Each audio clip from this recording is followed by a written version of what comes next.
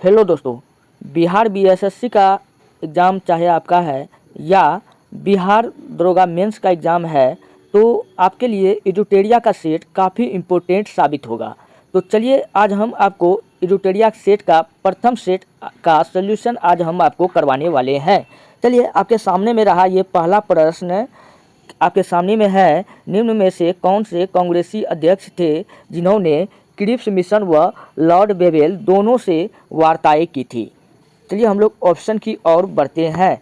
Option है जवाहरलाल नेहरू, चक्रवर्ती Rajaji Gopalachari, option C है जेबी Kripalani, option D है अबुल कलाम आज़ाद। अच्छा, तो इसका राइट आंसर क्या हो जाएगा? ऑप्शन ए हो जाएगा अबुल कलाम आज़ाद। चलिए अब इस क्वेश्चन के बारे में थोड़ा सा हम लोग डिटेल जानते हैं। क्रिप्स मिशन का बात जब भी पूछे तो आप बताइएगा 23 मार्च 1942 ईस्वी में क्रिप्स मिशन कहाँ आया था? भारत आया था। अच्छा, कांग्रेस का स्थापना पूछे कब हुआ था? तो 1885 ईस्वी में स्थापना हुआ था। ये बच्चा जानता है।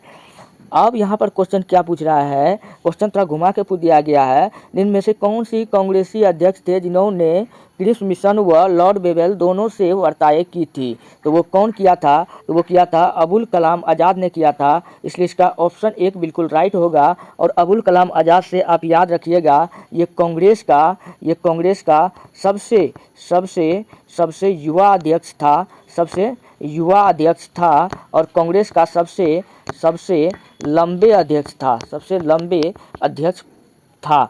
चलिए आपने इतना जाना, मैंने आपको इतना बताया। और थोड़ा सा इसके बारे में मैं आपको बताता हूँ कि जब क्रिप्स मिशन भारत आया था, तो इस समय जो था, भारत जब आया था तो क्रिप्स मिशन को महात्मा गांधी ने कहा था कि यह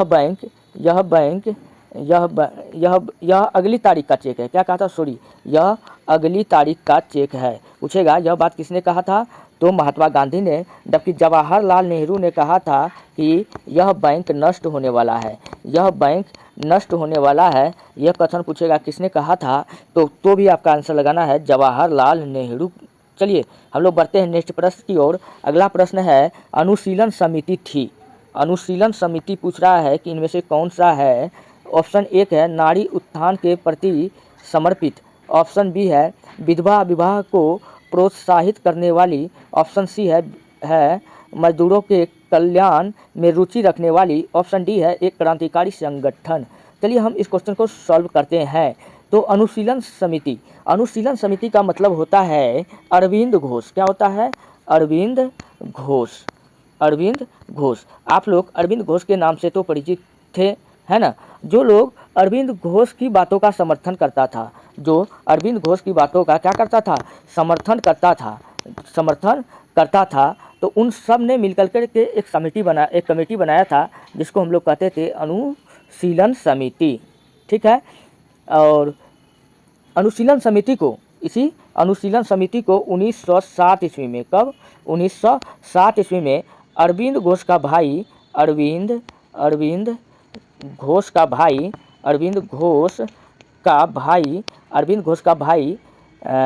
और इसका दोस्त मिलकर इस क्रांतिकारी संगठन में बदल दिया, जिसे अनुशीलन समिति कहा गया। क्या कहा गया? अनुशीलन समिति कहा गया। जगह कम होने के कारण हम यहाँ से कुछ हटा रहे हैं। तो चलिए आगे हम आपको बताते हैं अनुशीलन समिति। अब अनुशीलन समिति का मतलब क्या हो गया? मतलब अनुशीलन समिति का हो गया कि मतलब ये हो गया अरविंद घोष की बातों का समर्थन करना। क्या हो गया? अरविंद घोषों की बातों का समर्थन करना। जो लोग इस समिति में शामिल थे वो अरविंद घोषों की बातों का समर्थन करता था। अच्छा, अनुशीलन समिति का बहुत सारा शाखा भी खुला। इस अनुशीलन समिति का शाखा कई जगह खुला। जैसे अगर हम कहें, इसका पहला शाखा खुला था 1902 ईस्वी में। कब खुला था? 1902 ईस्वी में। कहाँ खुला था? ये ढाका में खुला था। कहाँ खुला था? ढाका में खुला था। फिर उसके बाद में 1902 में ही खुला था। कहाँ खुला था? ये कलकत्ता में खुला था। ये कहाँ खुला था? ये कलकत्ता में खुला था। फिर उसके बाद में 1913 में खुला था। कहाँ खुला था? 1913 में खुला था। और ये कहाँ खुला था? ये खुला था पटना में खुला था। कहाँ खुला था? ये पटना में खुला था। तो चलिए ये तो मैं आपको बताया। और इससे क्या आपसे क्वेश्चन पूछ सकता है कि कि 1902 में जो ढाका वाला अनुशीलन समिति का संस्थापक पुलिन दास था। पूछेगा कि ये ढाका वाला अनुशीलन समिति का सदस्य कौन था? पुलिन दास था। क्या नाम था? पुलिन दास था। आप लोग कॉपी पेन लेकर के बैठिए ताकि मैं जितना क्वेश्चन बोल रहा हूँ आप लोग उसको उतारते जाइए। और अगर आपसे वही पूछे कि सबसे पहले इसी सामंती गठन किया गया तो सचिंद्र नाथ सन्याल था। पटना में पूछेगा कौन था? सचिंद्र नाथ सन्याल था। चलिए हम लोग बढ़ते हैं नेक्स्ट प्रश्न की ओर। चौथा नंबर का भी प्रश्न आपके सामने में हो गया, दूसरा नंबर का। तो हम लोग नेक्स्ट प्रश्न की ओर बढ़ते हैं। तीसरा नंबर का प्रश्न कहता है कि अखिल भारतीय विकास सभा के प्रथम सत्र की अध्यक्षता किसने की थी? अखिल भारतीय विकास किसान सभा के प्रथम सत्र की अध्यक्षता किसने किया था? तो भैया अखिल भारतीय किसान सभा के प्रथम सत्र की अध्यक्षता किसने किया था? तो वो किया था स्वामी सहजानंद सरस्वती ने। किसने किया था? स्वामी सहजानंद सरस्वती ने। तो इसलिए इसका ऑप्शन नंबर 1 बिल्कुल राइट हो जाएगा। पूछेगा कि ये कब किया था? तो आपको बताना है कि 1936 ईस्वी में किया था। कब किया था? 1936 ईस्वी में किया था। फिर पूछ लेगा कहाँ किया था? तो आप बताइएगा कि लखनऊ में कहा किया गया था। और लखनऊ को हम लोग कहते हैं नवाबों का शहर।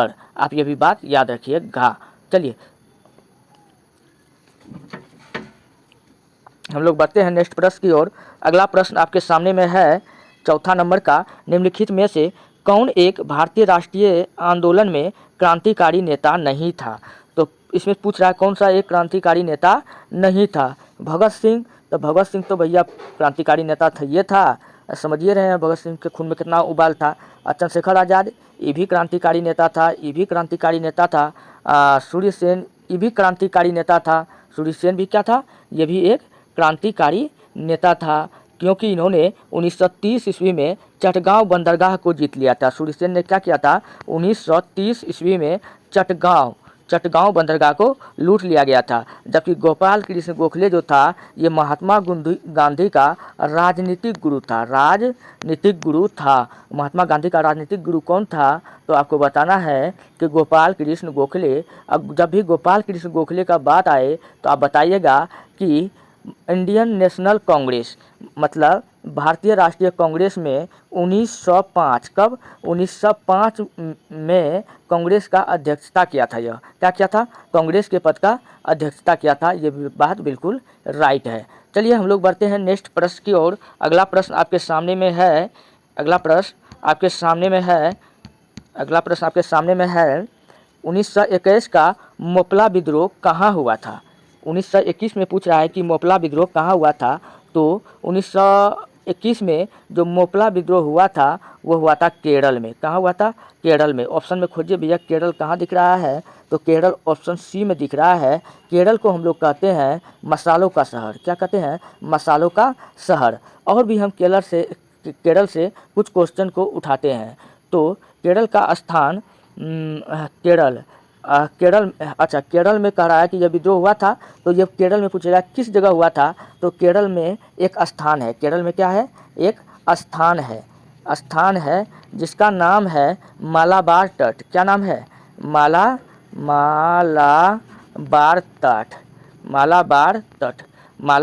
तट। केरल में एक स्थान है जिसका नाम है मालाबार तट। मालाबार तट में यहाँ पर मोपला विद्रोह हुआ था। कौन सा विद्रोह हुआ था? मोपला विद्रोह हुआ था। तो मोपला विद्रोह का क्या कारण था? क्योंकि मोपला विद्रोह का जो कारण था यहाँ का जो मोपला का कारण विद्रोह का कारण था, यहाँ का जो किसान था तो क्या था? किसान जो था वो मुस्लिम था। और जमींदार क्या था? वो राजा था। तो दोनों के बीच में लड़ गया। यही दोनों जो लड़ गया इसी को हम लोग क्या कर दिए? मोपला विद्रोह कर दिए। और मोपला विद्रोह का पूछेगा कि नेता कौन था? तो आपको बताना है अली मुस्लियार। क्या बताना है? अली मुस्लियार। अगर पूछे मोपला विद्रोह कब हुआ था तो आपको बताना है कि 1921 ईस्वी में हुआ है। आप ये भी बात याद रखिएगा। चलिए हम लोग बढ़ते हैं नेक्स्ट प्रश्न की ओर। अगला प्रश्न आपके सामने में है भारत में प्रथम रेलवे लाइन किस ब्रिटिश गवर्नर के समय बिछाई गई थी? भारत में प्रथम रेलवे लाइन किस ब्रिटिश गवर्नर के समय बिछाई गई थी? तो चलिए हम लोग सबसे पहले जानते हैं कि भारत में सर्वप्रथम पहली बार रेलगाड़ी कब चलाया गया था। तो भारत में जो है सर्वप्रथम रेलगाड़ी चलाया गया था, कब चलाया गया था? 16 अप्रैल 1853 ईस्वी में। कब चलाया गया था? 16 अप्रैल 1853 ईस्वी में। पूछेगा कहाँ से कहाँ तक चलाया गया था, तो आपको बताना है कि मुंबई से थाने के बीच चलाया गया था। कहाँ तक? थाने के बीच चलाया गया था। अच्छा, पूछेगा इसमें टोटल कितना व्यक्ति बैठा था, तो आप बताइएगा कि 420 व्यक्ति बैठा था। कितना व्यक्ति बैठा था? तो 420 व्यक्ति बैठा था। और क्या तो पूछेगा कि कितना दूरी तय किया था, तो आपको बताना है कि ये 34 किलोमीटर दूरी तय किया था। कितना तय किया था? 34 किलोमीटर दूरी तय किया था। अच्छा, और भी अगर हम कुछ बोले कि इस ट्रेन का नाम क्या था, तो भारत में पहला जो ट्रेन जो चला था, इस ट्रेन का नाम क्या था? तो इस ट्रेन का नाम था फेरी क्वीन। क्या नाम था? फेरी क्वीन। फेरी क्वीन। और दोस्तों कई लोग इसे कहता है ब्लैक ब्यूटी। क्या कहता है? Black beauty. लेकिन मैं आपको बताता हूँ कि इस ट्रेन में यानी फेरी क्वीन में 3 इंजन था। कितना इंजन था? 3 इंजन था। 3 इंजन था। 3 इंजन था। 3 इंजन था। तीनों इंजन का देखो क्या क्या काम है। 3 इंजन था। तो एक को कहते थे सिंध, एक को कहते थे सिंध, दूसरा को कहते थे साहिवा, तीसरा को कहते थे सुल्तान। तो इस प्रकार जो था इसमें 3 इंजन लगा हुआ था, सिंध, साहिवा और सुल्तान। आप लोग दोस्तों फिलहाल आपको हमारे चैनल का वीडियो चाहिए या टेलीग्राम चाहिए, PDF चाहिए, तो आप जाइए हमारे टेलीग्राम चैनल पर, वहाँ पर सर्च कीजिए ITIHASKIDUNIYA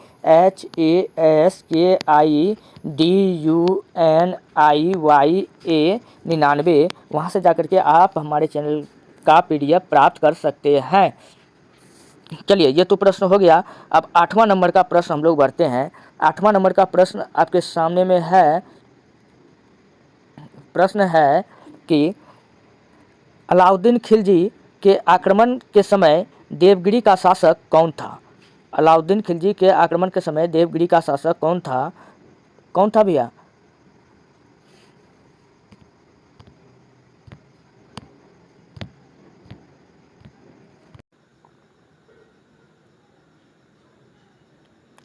चलिए दोस्तों, ये रहा आपके सामने 7 नंबर का प्रश्न।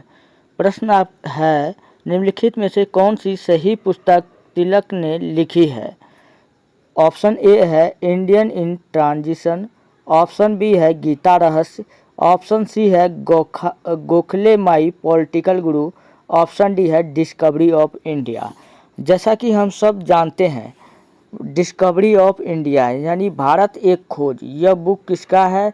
तो JL नेहरू, जवाहरलाल नेहरू का है। ठीक।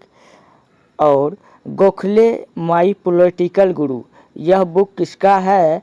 तो हमारे बापू, पूज्य बापू महात्मा गांधी जी का है। और गीता रहस्य किसका है? यह है BGT यानी कि बाल गंगाधर तिलक का है। तो क्वेश्चन क्या पूछ रहा था? निम्नलिखित में से कौन सी पुस्तक तिलक ने लिखी थी? तो तिलक द्वारा लिखा गया कौन सा पुस्तक है? गीता रहस्य। इसका ऑप्शन बी बिल्कुल राइट होगा। चलिए हम लोग बढ़ते हैं नेक्स्ट प्रश्न की ओर। अगला प्रश्न आपके सामने में है अलाउद्दीन खिलजी के आक्रमण के समय देवगिरी का शासक कौन था? मतलब जब अलाउद्दीन खिलजी ने आक्रमण किया उस समय देवगिरी का शासक कौन था? ऑप्शन 1 है रुद्र प्रताप, ऑप्शन बी है रामचंद्र देव, ऑप्शन सी है मलिक कफूर, ऑप्शन 3 है 4 है राणा रतन सिंह। राणा रतन सिंह था। राणा रतन सिंह की रानी का नाम क्या था? पद्मावती। क्या नाम था? पद्मावती। तो आप ये भी बात याद रखिएगा। चलिए फिलहाल इसका राइट आंसर क्या हो जाएगा? ऑप्शन डी हो जाएगा। चलिए मैं आपको कुछ और जानकारी के लिए मैं आपको बताता हूँ। तो चलिए स्टार्ट करते हैं हम क्वेश्चन की ओर।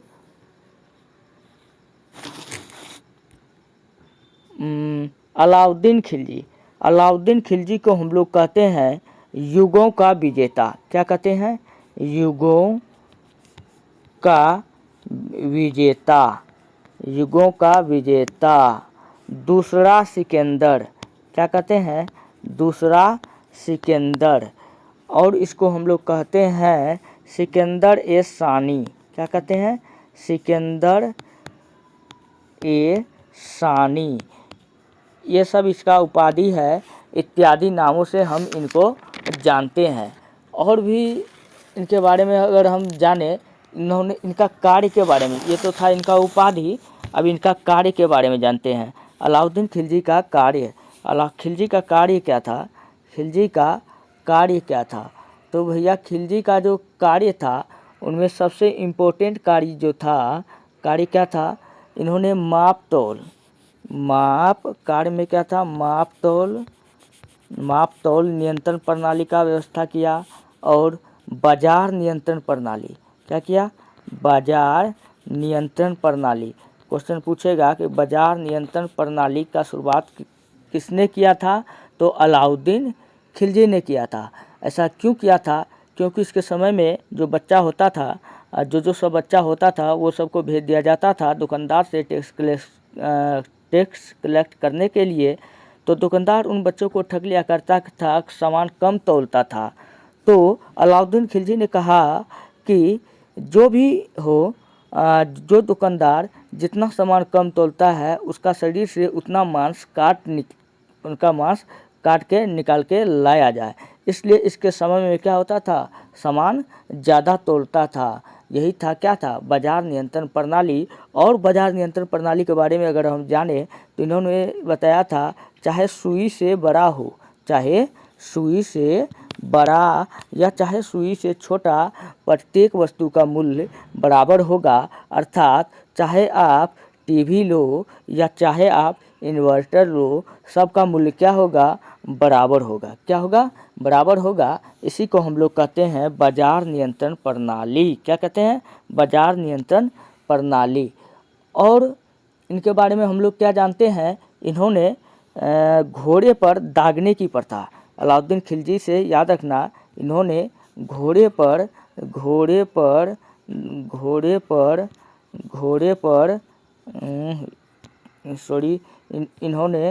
इन्होंने क्या किया था?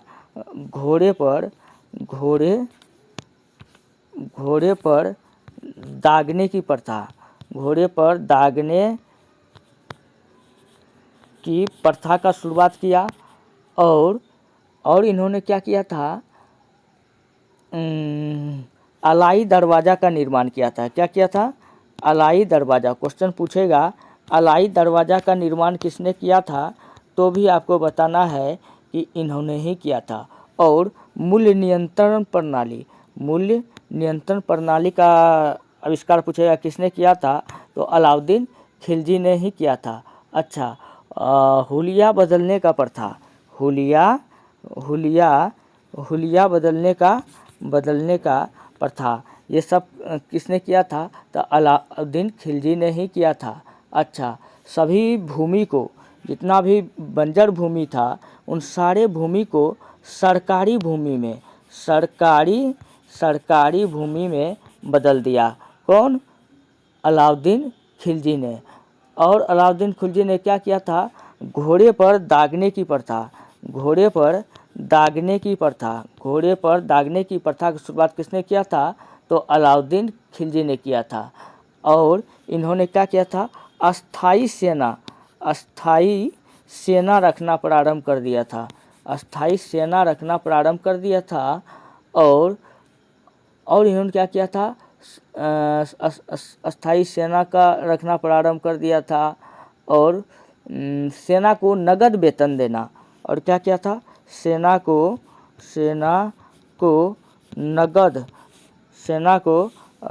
जमीन के जगह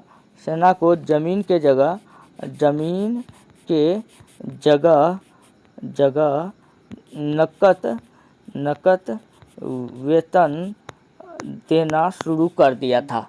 आप ये भी बात याद रख सकते हैं। और अंत में याद रख लीजिएगा, इसकी मृत्यु जलोदर रोग के कारण हो जाता है। अलाउद्दीन खिलजी की मृत्यु कैसी हो जाता है? जलोदर रोग के कारण हो जाता है। जलोदर रोग, जलोदर रोग क्या होता है? खून जो होता है मनुष्य के शरीर का वो क्या हो जाता है? पानी हो जाता है, जिसके कारण अलाउद्दीन खिलजी नामक क्रूर शासक का अंत हो गया। अब हम लोग बढ़ते हैं नेक्स्ट प्रश्न की ओर। अगला प्रश्न आपके सामने में कहता है कि हल्दी घाटी के युद्ध में महाराणा प्रताप की सेना के सेनापति कौन था? हल्दी घाटी के युद्ध में हल्दी घाटी का युद्ध जो हुआ था वो हुआ था, कब हुआ था? 18 जून 1576 ईस्वी में। कब हुआ था? 18 जून 1576 ईस्वी में हुआ था। ठीक है। और महाराणा प्रताप के तरफ से जो लड़ रहा था उसका नाम क्या था? उसका नाम था, उसका जो सेनापति था उसका नाम महाराणा प्रताप का सेना जो तब लड़ रहा था उसका सेनापति का नाम क्या था? आप लोग कमेंट में बताइए। और अकबर का जो सेनापति था उसका नाम क्या था? मान सिंह था। क्या नाम था? मान सिंह था। और फाइनली यह युद्ध स्टार्ट हुआ अकबर और महाराणा प्रताप के बीच में। अकबर और महाराणा प्रताप के बीच में यह युद्ध काफ़ी खतरनाक युद्ध साबित हुआ, काफ़ी खतरनाक युद्ध साबित हुआ। और इसी युद्ध में महाराणा प्रताप का घोड़ा, हल्दी घाटी के ही युद्ध में महाराणा प्रताप का घोड़ा चेतक मारा जाता है। क्या मारा जाता है? चेतक मारा जाता है। एक स्वामी भक्त घोड़ा चेतक मारा जाता है। 26 फीट नाली पार कर के 26 फीट नाली पार कर के दुश्मनों से अपने मालिक का जान बचाया था। ऐसा स्वामी भक्त घोड़ा था जिसका नाम क्या था? चेतक था। और महाराणा प्रताप का एक हाथी था इस युद्ध में जिसका नाम था, हाथी का नाम था राम प्रसाद। क्या नाम था भैया? राम प्रसाद। यह एक हाथी अकबर के 100 हाथी के बराबर था। ये एक हाथी अकबर के 100 हाथी के बराबर था। तो महाराणा प्रताप ने इस युद्ध में क्या किया था? हारने के बाद, जीतने के बाद अकबर ने इसका हाथी को लेकर के आया और उसको काफ़ी खिलाया पिलाया, लेकिन उन्होंने नहीं खाया। अंत में अन्न जल त्यागने के कारण इन हाथियों का क्या हो गया? मृत्यु हो गया था। तो ये रहा दोस्तों कुछ क्वेश्चंस। दोस्तों अगर आपको वीडियो अगर अच्छा लगता है तब आप हमारे चैनल को सब्सक्राइब कीजिए, जितना हो सके अपने दोस्तों में भेजिए। हाँ, अगर आपको पूरा डीप में क्वेश्चन का सॉल्यूशन चाहिए तो ये बात भी कमेंट में आप बताइए, या 1 लाइन सिर्फ आंसर मिलाते जाए तो भी बताइए। और अपना राय लेकिन ज़रूर दीजिए, कहाँ गलती है वीडियो में वो भी बताइए ताकि हम उनका सुधार कर सकें। मिलते हैं नेक्स्ट वीडियो में, तब तक आप स्वस्थ रहे, मस्त रहे। धन्यवाद।